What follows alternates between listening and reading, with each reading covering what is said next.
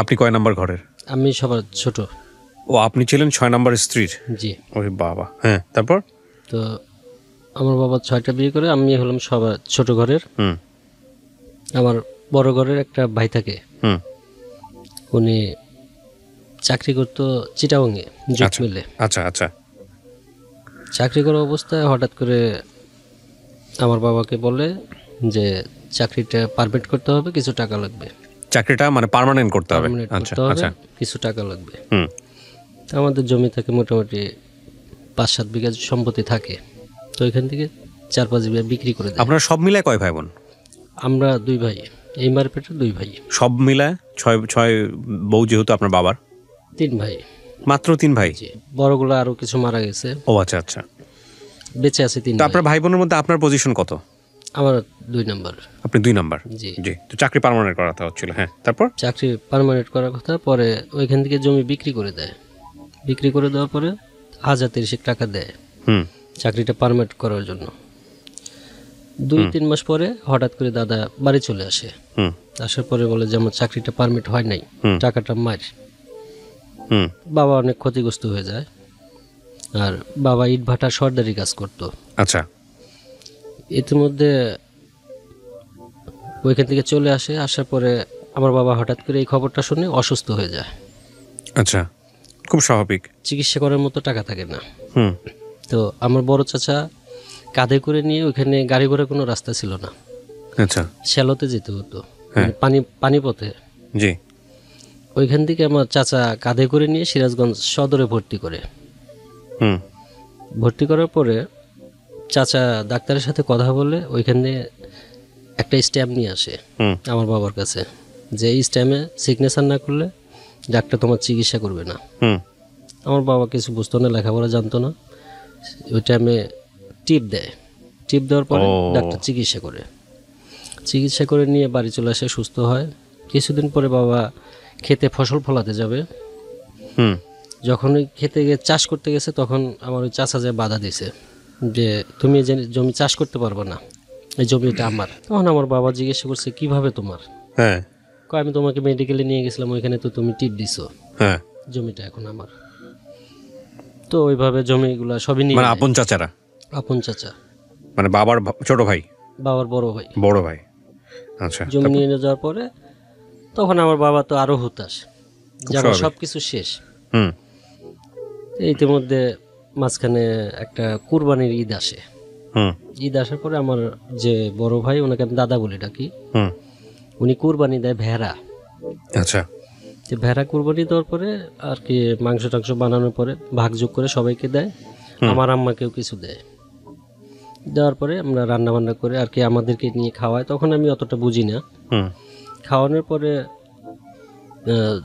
ওই দিন কেটে যায়। যাওয়ার 2 দিন পরে হয়তো বা আমার বাবার সাথে হোক আর মার সাথে হোক ঝগড়া লাগে। ঝগড়া লাগার পরে আমার বাবাকে ওই বড় ভাই বলে যে তুমি যে ভেড়ার মাংস খাইছো ওইটা আমি পেটে পাড়া দিয়ে বের করে ফেলবো।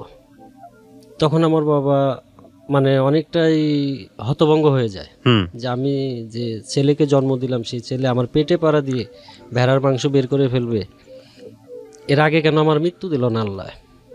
তো এই কথা বলে ওইখানে মাটি ছিল, মাটি হাতে তুলে নিয়ে বলল যে আমার ছেলে যখন আমাকে এত বড় কথা বলছে, তাহলে আমি এই দেশে আর থাকবো না, আর আমি মৃত্যুর সময় যেন আমার ছেলে আমাকে মাটি দিতে না পারে। এই কথা বলে আমাদেরকে নিয়ে চলে যায় রাজশাহী জেলা নাটোরে। নাটোরে যাওয়ার পরে আমার বাবার দুঃসম্পর্কে চাচাতো ভাই হোক যেখানে, ওইটা আমি অতটা জানি না, ওইখানে যে আশ্রয় নেই। আচ্ছা। তো আমরা কিছুদিন আশ্রিত থাকি। আশ্রিত থাকা অবস্থায় আমার বাবা হঠাৎ করে অসুস্থ হয়ে যায়। অসুস্থ হওয়ার পরে আমার বাবা শুধু আমার এই বড় ভাইকে দেখতে চায়। ওই সময় মোবাইল টেলিফোনের যুগ ছিল না, চিঠির যুগ ছিল। তো চিঠি লেখে, ইমার্জেন্সি একটা চিঠি লেখে। চিঠিটা লেখার পরে যখন ব্যাংক ড্রাফট করবে তখন কানি পুরায় দেয়, যাতে চিঠিটা দ্রুত পৌঁছায়। আচ্ছা। চিঠি পৌঁছাতে আপনার 3 দিন সময় লাগতো। তো চিঠি পৌঁছায় যখন আমার বড় ভাই আসছে আমাদের ওইখানে নাটোরে, তার আগে আমার বাবা মারা যায়। মারা যাওয়ার পরে 3 দিন পরে আমার বড় ভাই আমার বাড়িতে পৌঁছায়। তখন আমাদের সংসারে হাল ধরার মতো কেউ থাকে না। তখন আমার বয়স 5 কি 6 হবে, আর আমার ছোট ভাইয়ের বয়স 5, 1 বছরের ডিফারেন্স। হুম তো বড় ভাই আইসে দেখে ওই সময় তো মাটি দিতে পারলো না, পরে কবর জিয়ারত করলো, মাটি দিল, দেওয়ার পরে চলে গেল। আমাদেরকে নিয়ে যেতে চাইলো যে চলো মা, জীবনে তো অনেক ভুল ভাঙটি হয়ে থাকে, আমিও না একটা ভুল করছি, আমি তো বাবাকে হারিয়ে ফেলছি, এখন তোমাকে হারাতে চাই না, তুমি আমাদের সঙ্গে চলো। হুম তখন আমার মা বলছে যে না, তোমার বাবা যেখানে শেষ নিঃশ্বাস ত্যাগ করছে আমি তাকে ছাড়া ওইখানে যাব না। হুম তো মার যায় নাই, দাদা চলে গেছে, আমাদের সংসারে হাল ধরার মতো কেউ নাই, আমিও তো ছোট। হুম তো মা পাশের বাড়িতে কাজ করতো, ঝিয়ের কাজ করতো, মানে ঢিকিতে ধান বাঁধতো, হুম রান্না বান্নার কাজ করতো, করে আমাদের সংসার আর কি টুকটাক করে চলতে থাকে। হুম দেখা যাচ্ছে সারাদিন পরে খেতে পাই না, একবেলা খেতে পাই, কোনো দিন না খেয়েও থাকতে হয়। এমতো অবস্থায় আমার মা হঠাৎ করে মাঝে মাঝে দেখতাম মধ্যরাতে উঠে তখন মাটির হাঁড়ি থাকতো, হুম ওই হাঁড়ি থেকে পানি খেত, পানি খেয়ে অনেক কান্নাকাটি উঠতো। আপনার বয়স কত তখন? তখন আমার বয়স 6.5-7 হবে। আপনি এগুলো বুঝতেন সব? জি। আপনার আর যে বড় ভাইরা আছে তারা কি করতো? আমার বড় ভাই যেটা, উনি টাঙ্গাইলে থাকে, উনি আমাদের সাথে থাকে না ওই সময়টাতে? জি। আচ্ছা, তারপর? তখন দেখতাম যে পানি খেত, পানি খেয়ে অনেক মুচড়ামুচড়ি কান্নাকাটি করতো। হুম তখন আমি বুঝতে পারতাম যে ক্ষুধা এরকম জ্বালায় মা করতেছে। কান্নাকাটি করতেছে।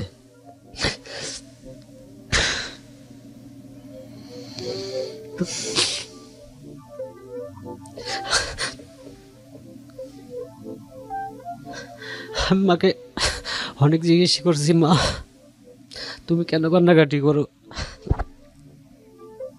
মা বলতেছে এমনি পেটে ব্যথা করে। আপনাদেরকে কি খাওয়াতো এই সময়টাতে? সারাদিন কাজ করার পরে যা পাইতো ওটা যা আপনাদের পাইতো দিত? ওইটা আমাদের 2 ভাইকে ভাগ করে খাওয়াতো। হুম তা আমরা তখন অতটা বুঝতাম না যে আমার মা না খেয়ে থেকে আমাদেরকে খাওয়াচ্ছে। জিজ্ঞাসা করতাম, কিছু বলতে পারতো না। হুম তো আমার ওই বাবা মারা যাওয়ার পরে আমার চাচা 2টা গরু কিনে। হুম গরু কেনার পরে আমাদের কাজ করতে হয়, মাঠে যাইতে হয়, গরু ঘাস কাটতে হয়। সারাদিন ঘাস কাটলেও আমাদেরকে খেতে দিত না, তা আমার মা যা নিয়ে আসতো তাই খেয়ে থাকতাম।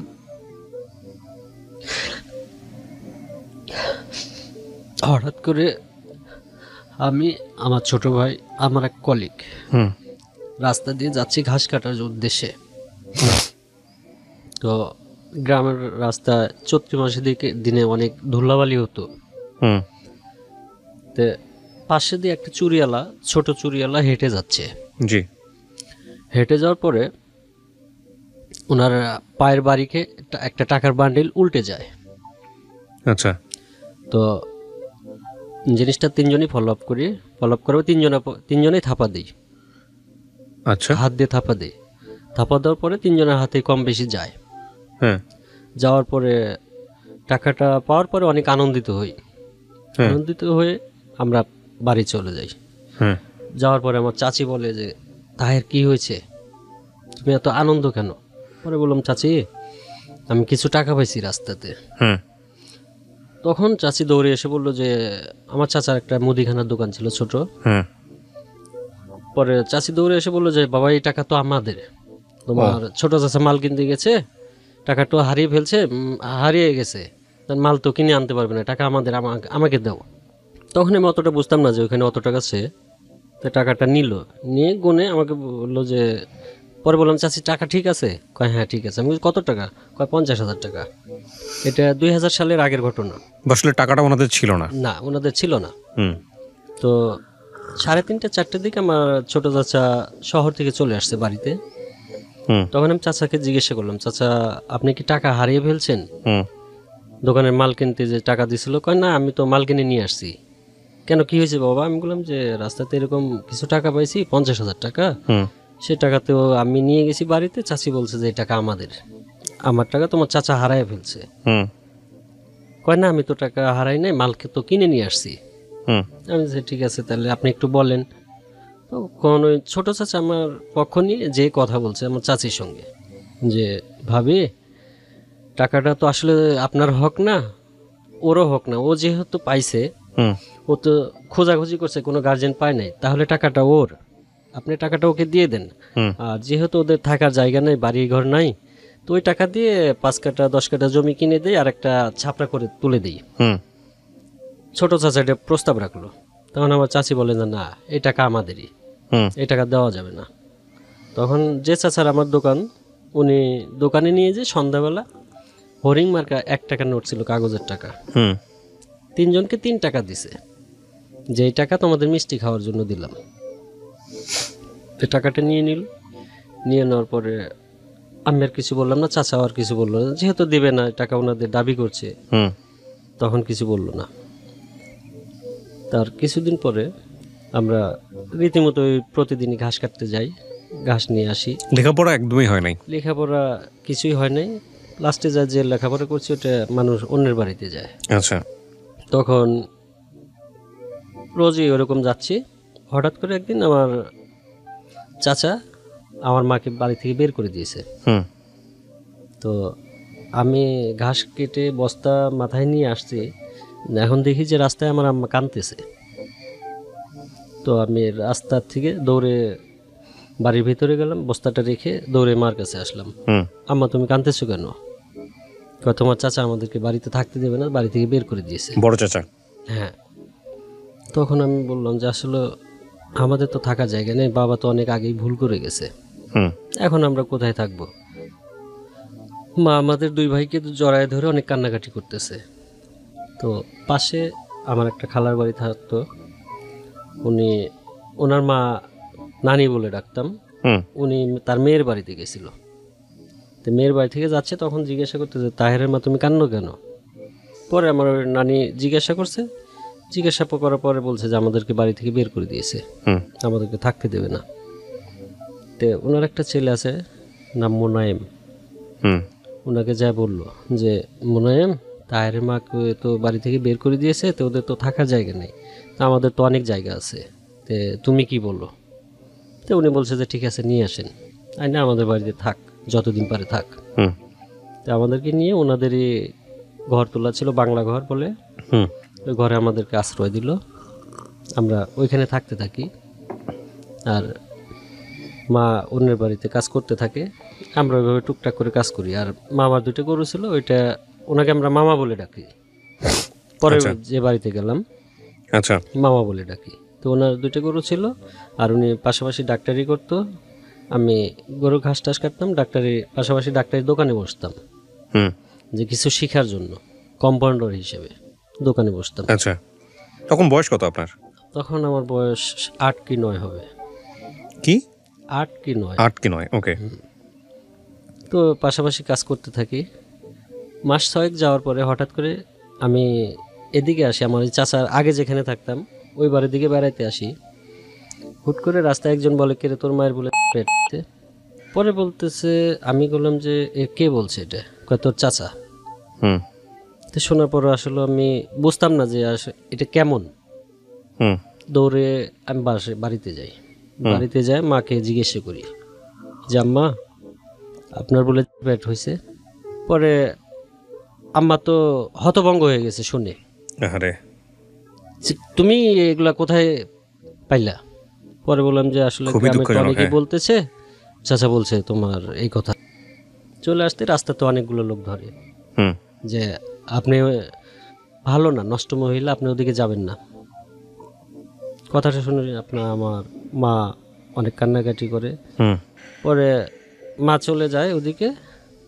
তখন আমার মাকে আবার রিফলে জিজ্ঞাসা করে যে আসলে কি আপনার এটা ঠিক? কিন্তু আমার মা 5 ওয়াক্ত নামাজ পড়তো, তাহাজ্জুদের নামাজ সহকারে পড়তো।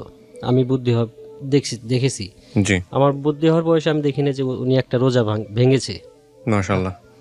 তো মা চলে গেল বাড়িতে। যাওয়ার পরে আমার ওই নানিকে বলতেছে হুম হুম হুম যে আপনার তো মান সম্মান সবই শেষ। হুম আমার নানি বলতেছে কেন, কি হয়েছে? হয়তো আমার নামে এগুলা দুর্নাম রটাইছে। হুম তখন আমার মার কি আসলে তলপেটটা একটু উঁচা উঁচা দেখা যেত। হুম তখন আমার নানি বলতো যে আসলে তাহেরের মা, তোমার কি কারোর সাথে অবৈধ সম্পর্ক আছে? হুম যদি থাকে তুমি আমাকে বলো, আমি এটা সমাধান করব। হুম তখন আমার মা আমাকে, আমার ছোট ভাইকে নিয়ে জড়িয়ে ধরে কান্নাকাটি করে এবং শপথ গ্রহণ করে হুম যে আমার 2 ছেলের কসম, আমার কারোর সাথে এরকম অবৈধ সম্পর্ক নাই। হুম তখন এভাবে নানি অনেক বোঝানোর পরে কান্নাকাটি থামে। তো হঠাৎ করে আমার মা কিছুদিন পরে, মানে আর আমাদের তো টাকা পয়সা ওই সময় ছিল না যে আমরা হুট করে একটা মেডিকেলে নিয়ে যা টেস্ট করাবো বা চিকিৎসাপাতি করব, আর আমাদের পাশে সাপোর্ট দেওয়ার মতো কেউ নাই। হুম তখন আমরা ওইভাবে কি করব, মাথায় কিছু খেলে না। তখন আমার নানির একটা মেয়ে থাকে, ওনার নাম হালিমা।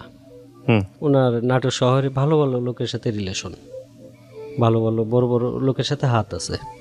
তখন হালিমাকে বলে যে, হালিমা, তাহেরের মায়ের আসলে তলপেটটা কেমন যেন উঁচা উঁচা দেখা যায়, আর এগুলোর তো কথা নিয়ে হুম সমালোচনা হচ্ছে রাস্তাঘাটে, তো তুই বিষয়টা একটু দেখে, তুই একটু নাটোর নিয়ে যা, চেক আপ করে দেখ। হুম তখন কয় ঠিক আছে, আমি তাহলে আগামীকাল নিয়ে যাব নি।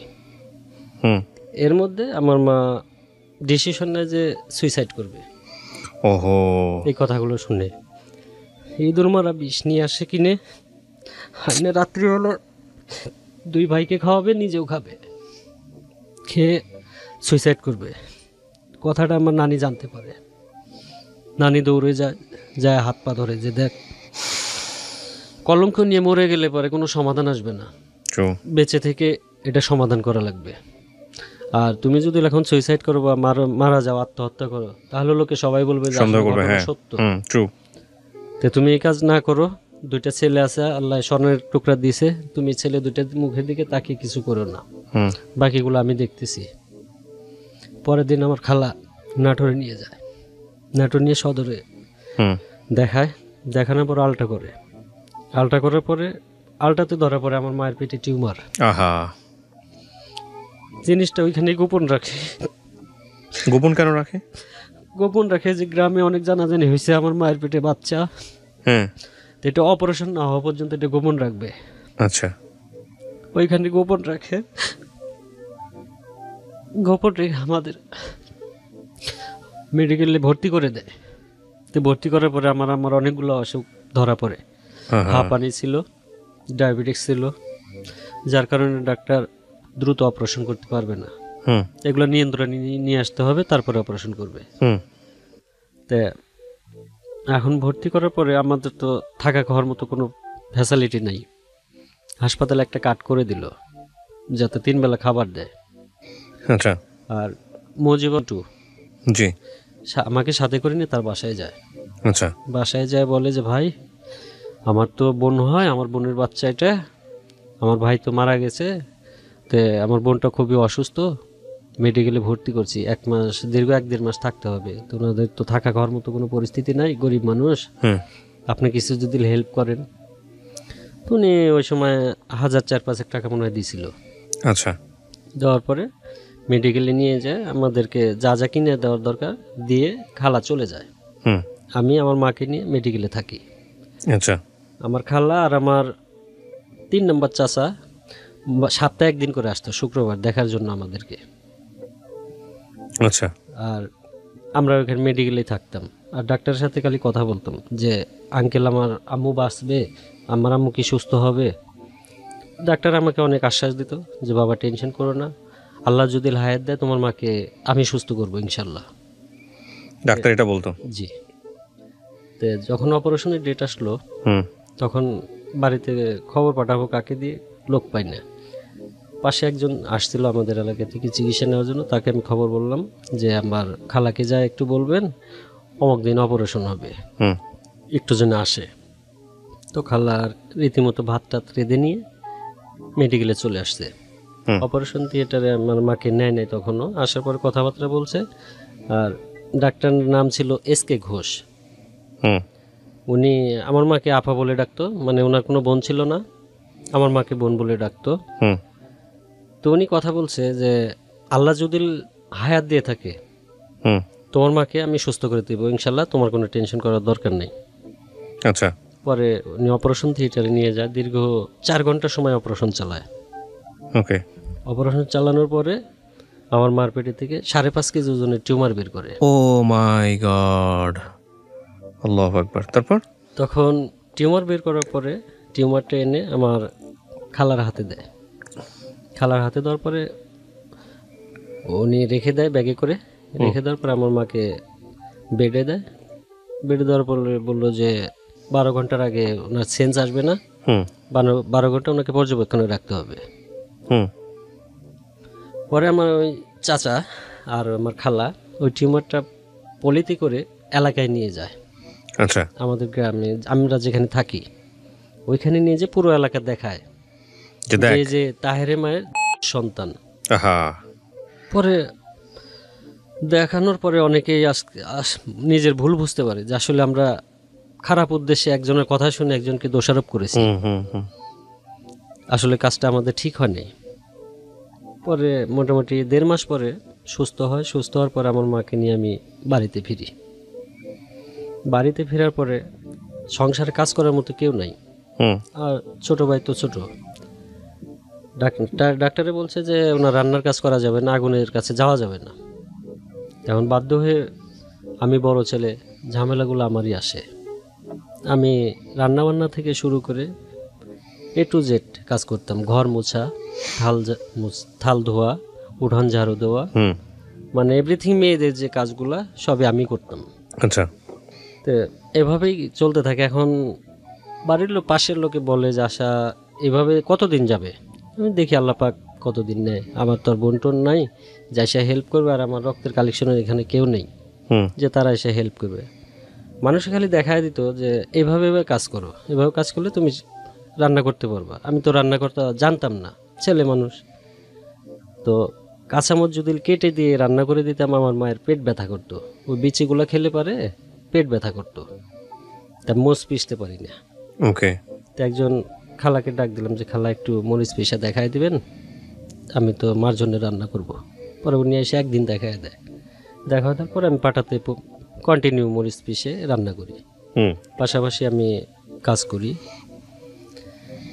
কাজ করার অবস্থায় মনে করেন যে আমার মায়ের জন্য 1,000-1,200 টাকার প্রয়োজন। আচ্ছা। মানে ওষুধ ট্রিটমেন্টের জন্য, ওষুধ কেনার জন্য। এই টাকাটা কারো কাছে নাই।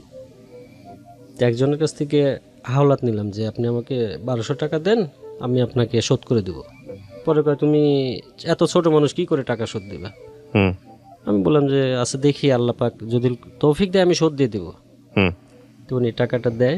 দেওয়ার পরে ওষুধ কিনে আমার মায়ের চিকিৎসা করি। আর এই চিকিৎসার টাকা পরিশোধ করার জন্য 1 বছরের জন্য আমি কাজে লাগি। বছর চুক্তি 1,200 টাকা। আচ্ছা। 1 বছর চুক্তিতে কাজ করি। ওইখান থেকে টাকাটা নিয়ে ওনাকে দিয়ে দিই। তো অবস্থায় চলতে থাকি। তো এখন গ্রামের লোক অনেকে বলে যে অনেক কথাই বলে, তুমি ছেলে মানুষ হয়ে এতগুলো কাজ করে এটা আসলে কিভাবে সম্ভব। আমি বলি যে আসলে আমার তো আর কেউ নাই যে এখানে হেল্প করবে, বা আম্মা তো করতে পারে না, এখন কি করা যাবে, করি। তো আমরা যে বাড়িতে আশ্রয় থাকতাম আমার মামাকে বলতাম। মামা উনি আমার আসলে বাবার চেয়েও বেশি অনেক করছে, যেহেতু ওই সময় বাবা নাই, উনি বাবার দায়িত্ব পালন করছে অনেক। তো উনি বললো যে বাবা আসলে তো লেখাপড়া যতটুকু হয়েছে, পাশাপাশি আমি লেখাপড়া করতাম কিভাবে, আমি স্কুলে যাইতাম, ভর্তি হয়ে আসিয়া টিচারদেরকে বলে আসতাম স্যার আমি স্কুলে আসতে পারবো না, আমি শুধু পরীক্ষার সময় পরীক্ষায় দেব, আর বাকি সময়গুলো আমার মাঠে কাজ করে আমার সংসার চালাইতে হবে। পরে বলছে ঠিক আছে। তো আমি মাঠে কাজ করি, আমাকে 5 টাকা রোজ দিত, দিন 3 বেলা খাইয়া দেয় 5 টাকা করে দিত। দিন শেষে আমি দেখতাম যে 5 টাকা করে নিয়ে আমার চাউল ডাউল কিনে আমার সংসার চলে না। বাধ্য হয়ে হঠাৎ করে একদিন আমার মা, আমার মানে গ্রামের প্রধান উনি, ওনার কাছে যায় বলতেছে যে কাকা আমার তো বাচ্চা কাচ্চা নিয়ে আমি তো সংসার চালাইতে পারতেছি না, আর যার বাড়িতে কাজে ছিলাম উনি তো আমার অপমান অপদস্থ করে কাজ থেকে বের করে দিয়েছে, তো এখন আমি কি করব।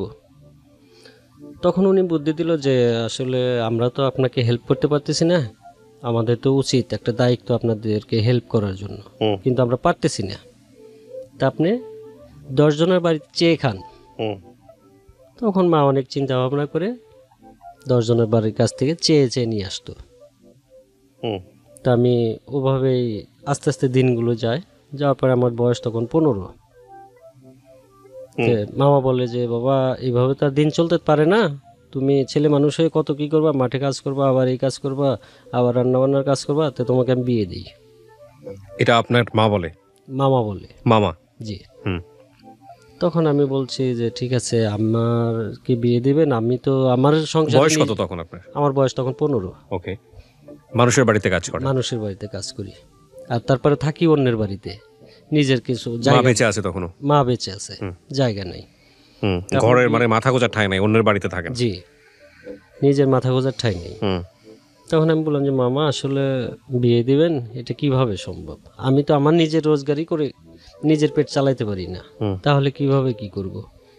কাছা আল্লাহ ভরসা, দেখা যাবে, এই 5 জনের লোকের মধ্যে একটা পেট চলবে।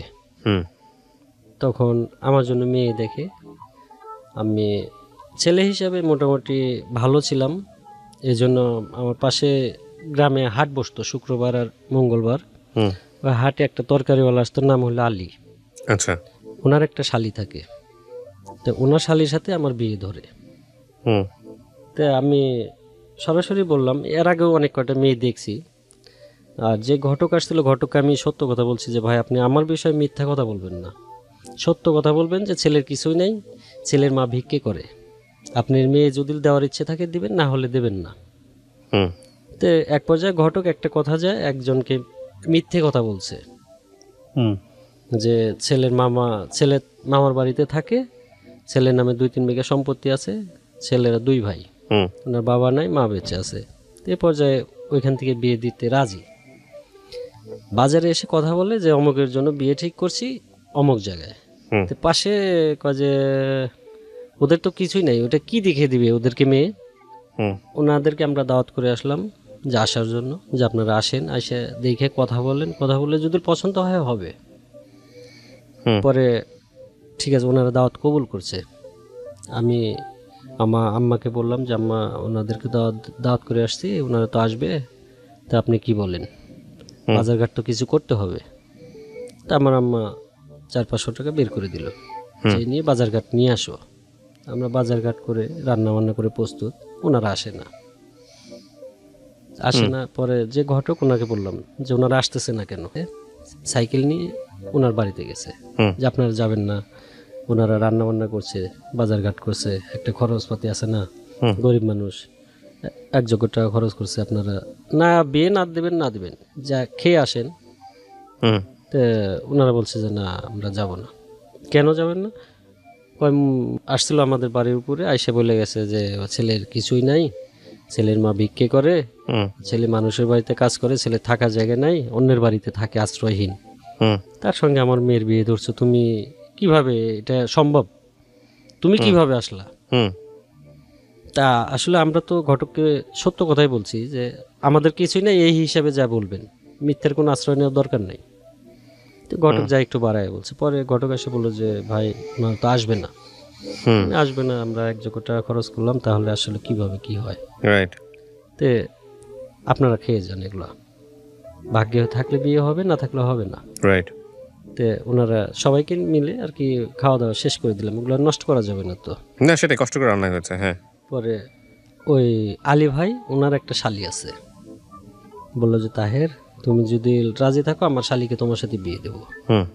আমি যে ভাই আপনি আমার বিষয় পুরোটাই জানেন যে আমি কেমন, আর আমার বাড়ি ঘর বলতে কিছুই নাই, আমি এখানে আশ্রয়হীন, একজনের বাড়িতে আশ্রয় থাকি, আমার জন্মস্থান এক জায়গা, তারপরে আমার বাবা মা নাই, মাথার উপরে মা আছে, আপনি সবকিছু জানেন, জানিয়ে শুনে দেখেন, যদি ভাগ্যে থাকে তাহলে হবে।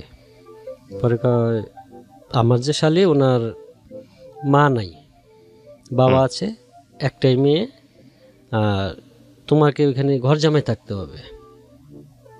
তা আমি বললাম যে আসলে কি, আমার মা পৃথিবীতে, আমার মা বলতে মাই, বাবা নাই, আর ছোট ভাইটা, এই 2 জনকে রেখে আমি ঘর জামাই কীভাবে থাকি, এটা সম্ভব না। ডাল ভাত খাইলে একসঙ্গে খাবো, না খেলে না খেয়ে থাকবো, কিন্তু ঘর জামাই থাকতে পারবো না। হুম পরে কয় আচ্ছা তাহলে আমি কথা বলে দেখি। পরে উনি 2 দিন পরে কথা বলছে, আমাকে আবার ডাকছে। ডাকার পর কথা বললো যে তাহের, আমরা বিয়ে দিতে রাজি আছি, তো তুমি লেখাপড়া কতদূর করছো? পরে বললাম যে ভাই আমার তো লেখাপড়া নাই, 8 পর্যন্ত লেখাপড়া করছি। হুম কয়, ছেলের মেয়ের বাপে তোমাকে একটা চাকরি নিয়ে দিবে।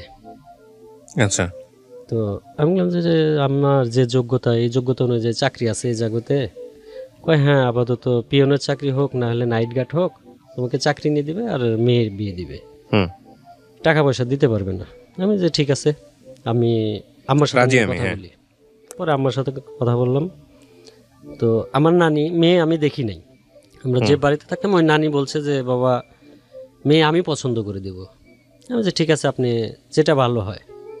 তো আমার নানি যে মেয়েটা দেখে আসছে, দেখে এসে আমাকে বলতেছে ভাই মেয়ে তো দেখে আসছি। আমি যে কেমন, আপনার পছন্দ? কয় হ্যাঁ আমার পছন্দ, তোমার দেখা লাগবে না, আমি দেখছি এটাই যথেষ্ট। আমি বলছি, ঠিক আছে আলহামদুলিল্লাহ, আপনার পছন্দ হলে আমার পছন্দ। হুম আর আমার একটা আত্মবিশ্বাস ছিল যে মুরব্বীদের দেখা কখনো খারাপ হইতে পারে না। পরে আমি আর দেখতে গেলাম না। হঠাৎ করে আম্মা বললো যে বাবা তুমি একদিন যাই দেখে আসো। পরে আমি গেলাম, যাই দেখলাম, দেখার পরে পছন্দ, মুরব্বীরা কথা বলবে। ওনার বাবা আমাদের বাড়িতে আসলো। আসার পরে বিস্তারিত বলল যে ছেলের আসলে কিন্তু এর এই সমস্যা, গরিব, ওনার বাবা নাই, মা আছে, ছোট একটা ভাই আছে, তে অর্থ সম্পদ বলতে কিছুই নাই। আপনি যদি ভালো লাগে আপনি মেয়ে বিয়ে দিতে পারেন। তখন আমার শ্বশুর রাজি হলো, টাকা দেবে 10,000। তো আমার মায়ের একটা আশা ছিল যে আমরা দুই ভাইকে বিয়ে দিবে, শ্বশুর বাড়ি থেকে যাই দেখ, আমাদের তো থাকার জায়গা নাই, ওইখান থেকে যাই দেখ দুজনেরটা একত্রিত করে 1 কাঠা হোক 2 কাঠা হোক জায়গা কিনবে, জায়গা কিনে মাথা গোঁজার ঠাই করবে। ইতিমধ্যে আমার শ্বশুর 10,000 টাকা দেওয়ার জন্য রাজি হলো যে আমি 10,000 টাকা দেবো, এর বেশি দিতে পারবো না, হুম আর ছেলেকে একটা চাকরি নিয়ে দেবো। ইনশাল্লাহ সবাই রাজি, বিয়ে শাদী হয়ে গেল। বিয়ে হওয়ার পরে যখন আপনি বিয়ে করলেন তখন বয়স কত আপনার? 15 বছরই? 15 বছর। আর মেয়ের বয়স? মেয়ের বয়স 13-14 হবে। ওহো, ওকে। তখন বিয়ে হয়ে গেল।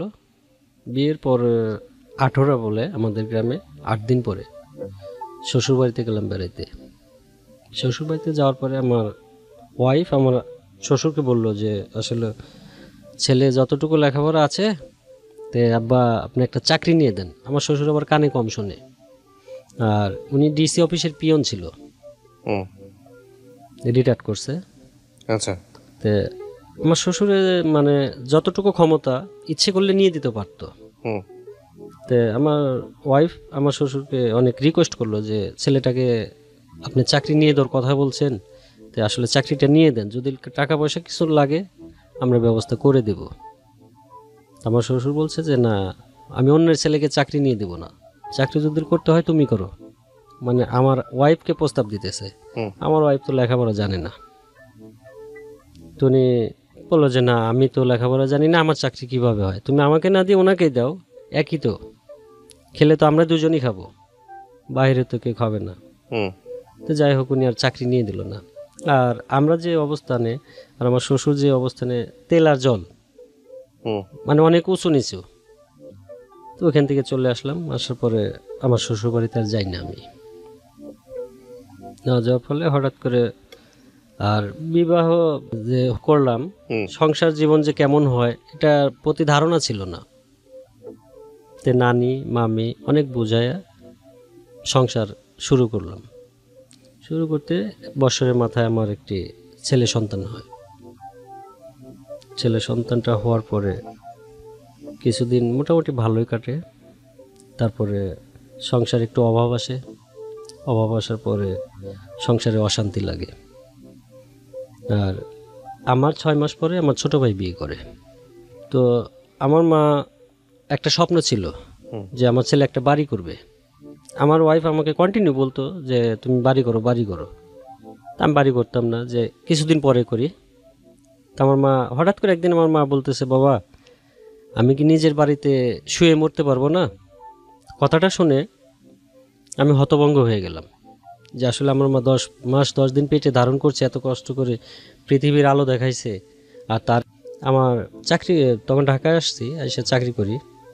চাকরি করার অবস্থায় কিছু টাকা আমার ব্যাংকে জমা ছিল, টাকাটা উঠায় নিয়ে বাড়ির কাজ ধরি। বাড়ির কাজ ধরার পরে বাড়ির কাজ শুরু করি। ইতিমধ্যে আমার ওয়াইফ প্রেগনেন্ট হয়। তা আমি বাড়ির কাজও করি, এদিকে খোঁজখবর রাখি। হঠাৎ করে 6 মাস পড়ছে, আমার ওয়াইফের বাচ্চাটা নষ্ট হয়ে যায় পেটে। আচ্ছা, জানি না, পরে মেডিকেলে নিয়ে গেছি, বলতেছে আমার বাচ্চা পেটে নড়তেছে না। আমি তাড়াতাড়ি চেক আপ করি, চলো। পরে মেডিকেলে নিয়ে যে আলট্রা করি, আলট্রা করার পরে ওনারা রিপোর্ট দেয় যে আপনার বাচ্চা মারা গেছে, বেবি মারা গেছে।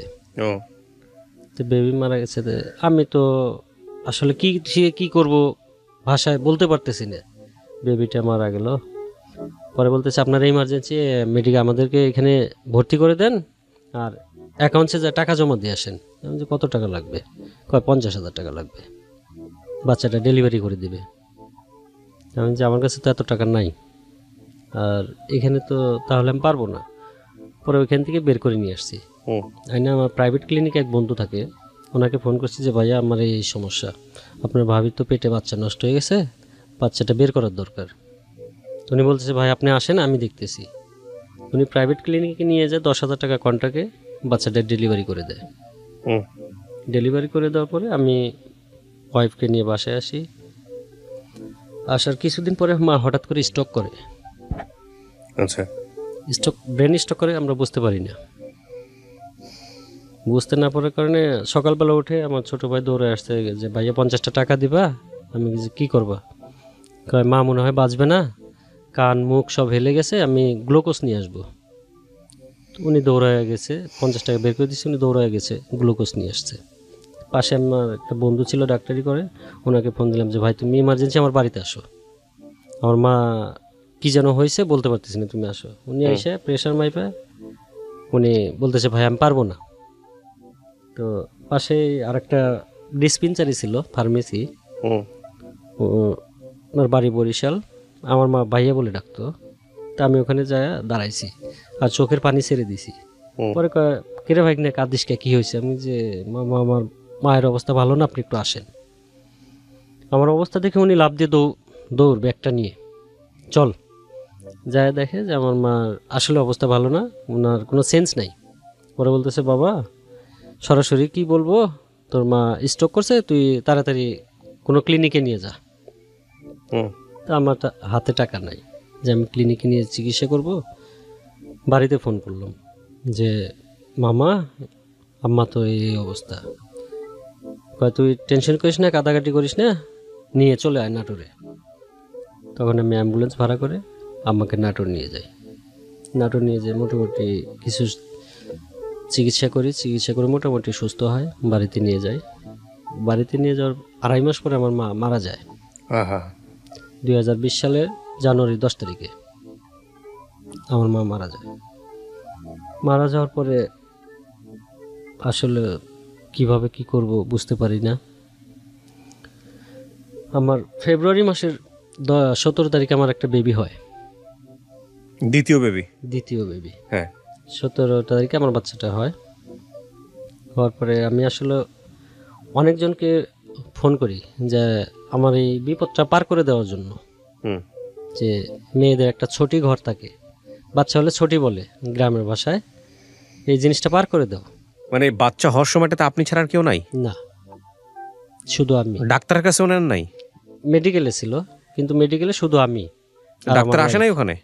না, রাত্রি 3টে বাজে ডাক্তার আসবে করতে। কেন ডাক্তার আসবে না? It's an emergency. পরে ফোন দেওয়ার পরে ফজরে আজানের পরে আসছে।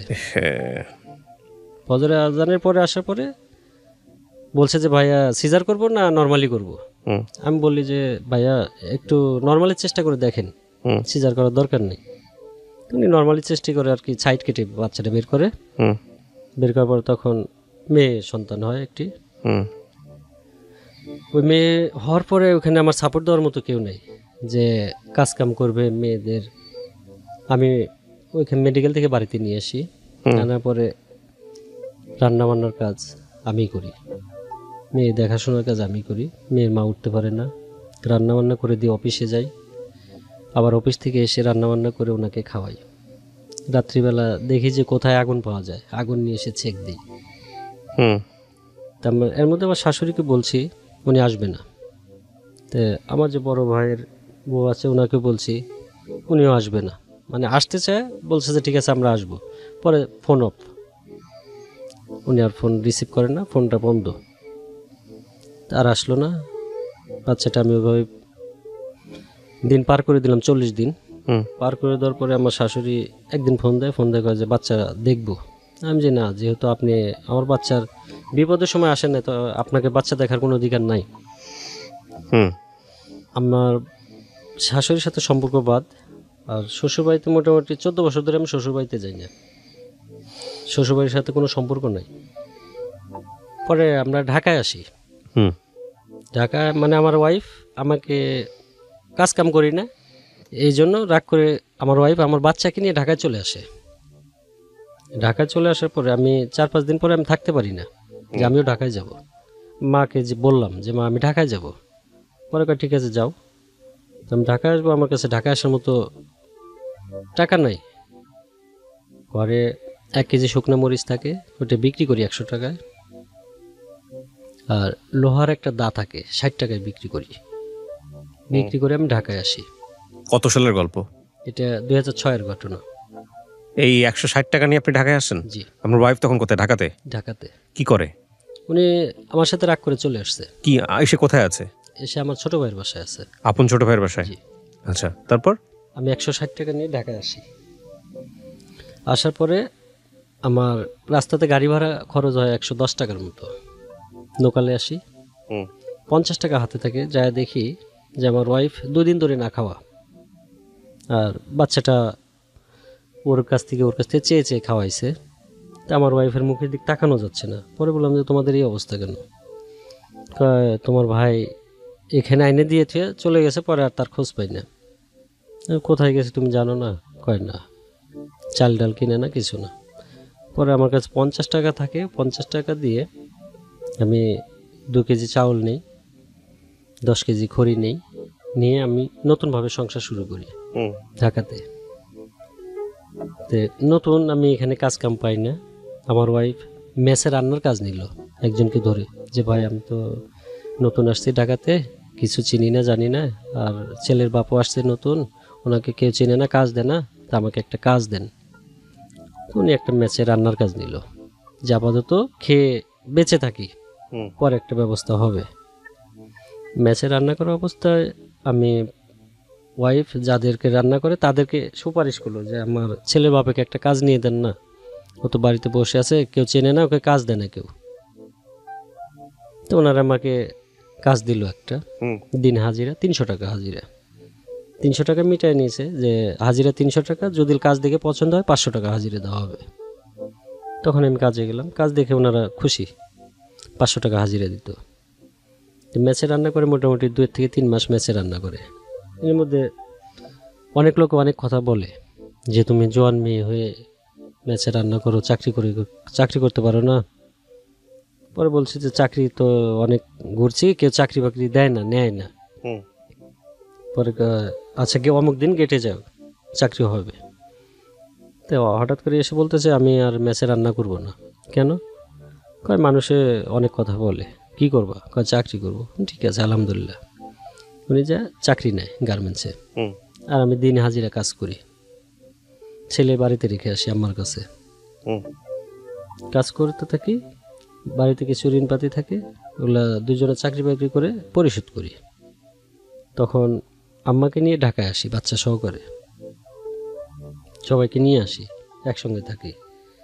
মোটামুটি ওই সময় চাকরি বাকরি করে ভালোই রোজগার হতো, টাকা পয়সা সাইড সুইডে খরচপাতি দিয়েও আমাদের কিছু সঞ্চয় ছিল, যে সঞ্চয় দিয়ে আমরা বাড়িঘর করেছি।